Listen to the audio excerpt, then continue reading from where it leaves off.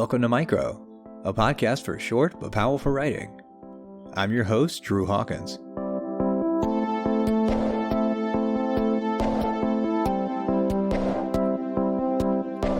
Haunting relationships linger in the microfiction and poetry of this episode, at times with hope for the future, at times nostalgic, and in at least one instance, include a horrific twist.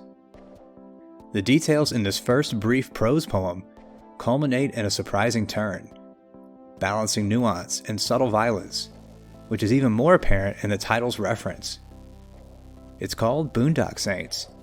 It was written by Alexis Briscuso and published by Maudlin House on October 23, 2020. Enjoy.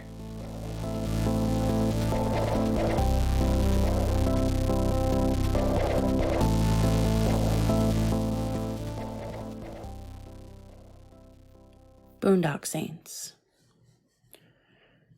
The poetry of your face, when I look at it, has dwindled and trailed off like you tend to when you don't know what to say. I have to field that reaction from you when I don't want to. I could call you a spade, but if the shoe fits, you should buy it. No matter the color, no matter your threadbare wallet. You are sharp like a spade. Sharp nose, elbows like I imagine a spade if it was animate and crestfallen. Touching small things like my cheek, my clit, my wrist between your fingertips. You still aren't sorry. I crave the muted tingling of a phantom limb. It only makes sense to cut you completely, navel to nose. I make struggle to climb from my shell, all robin's egg blue. I work hard to catch you on the flip side.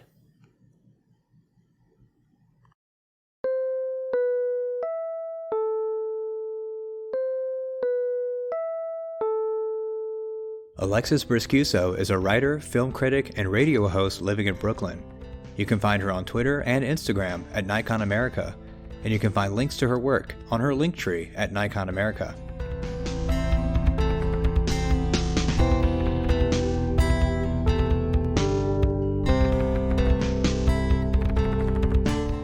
Up next, yellow wallpaper and red light set the tone for this tense piece of microfiction, which was nominated for a Pushcart Prize for good reason. It's called In the Dark Room. It was written by KB Carle and published by Hoot Review in July 2020. Enjoy.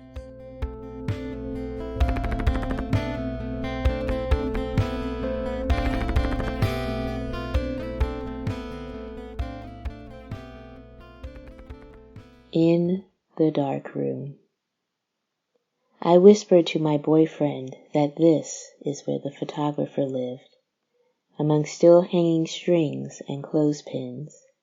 Not this house or this floor, but in this bathroom, with its peeling yellow wallpaper, tiles with yellow diamond centers, and a yellow toilet by the invasive window. My boyfriend wraps his arms around my waist. I don't believe you, he knits into my neck with the jagged peelings of his lips. I reach for the switch and force yellow to seep into red, like the velvet stapled seats and backs of formal dining room chairs. I could live in places like this, I say, and see the long abandoned strings sag in yearning for those undeveloped photos. Turn the light back on, my boyfriend says, his arms losing their grip. The clothespins release themselves from dangling, the sounds reminding me of beads in my braided hair slipping past their tinfoil guards and dancing upon the same tiled floor. Something's wrong, my boyfriend says, as I wander about the room, the square window now a peephole I cover with my finger. Can you hear me?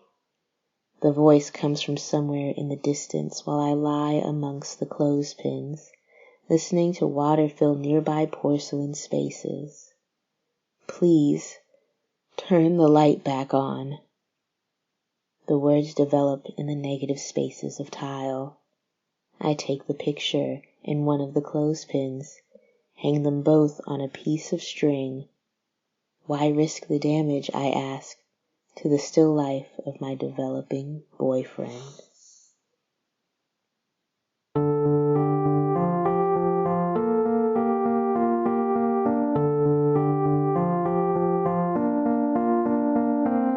KB Carle lives and writes outside Philadelphia, Pennsylvania, with a flock of geese, one very shy gopher, 2 spies disguised as vultures, several cardinals, and her nemesis, a nosey, obnoxious woodpecker. You can find her on social media at KB Carle, or on her website at kbcarle.com.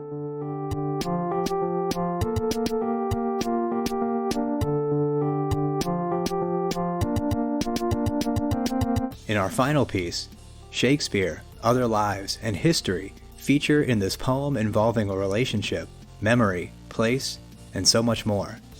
It's called Always. It was written by Alexis Dimitrov and published by PEN America on March 26, 2014.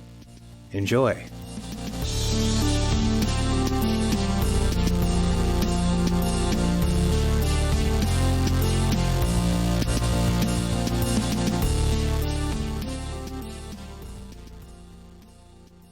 Always.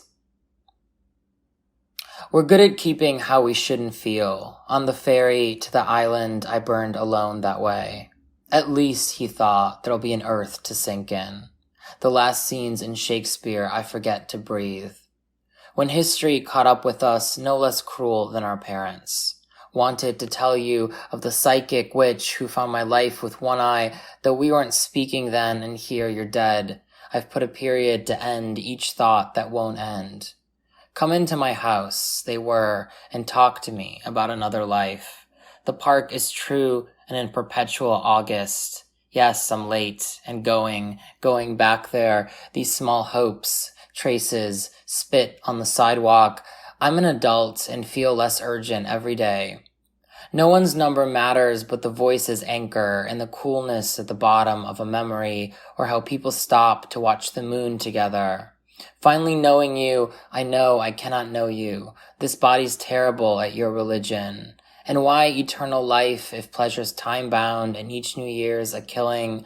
He said, the dead are one long summer, walking, going nowhere, and some punctuation in an emailed note reminds me who I am more so than what I've written. I would pause for you and be a million commas, the way a flock of birds will leave a tree, not just the sound or lifting. That's where I want to put my hands inside you. And I found it on a train, beside small pools, passing mountains near the city dust, between the ribs or where the dusk waits. I gave my life a real nice show. And then you went away so I could see you as a graffiti in a bar just once. A man is stepping on the moon. The earth or your one life is gone. The phone rings and you're leaving. Let your black hair get in my way always.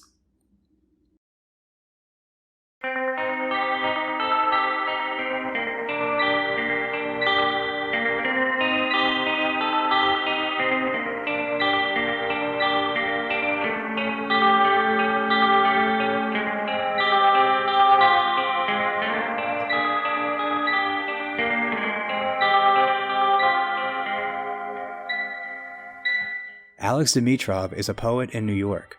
You can find him on Twitter at Alex Dimitrov, or on his website at alexdimitrov.com.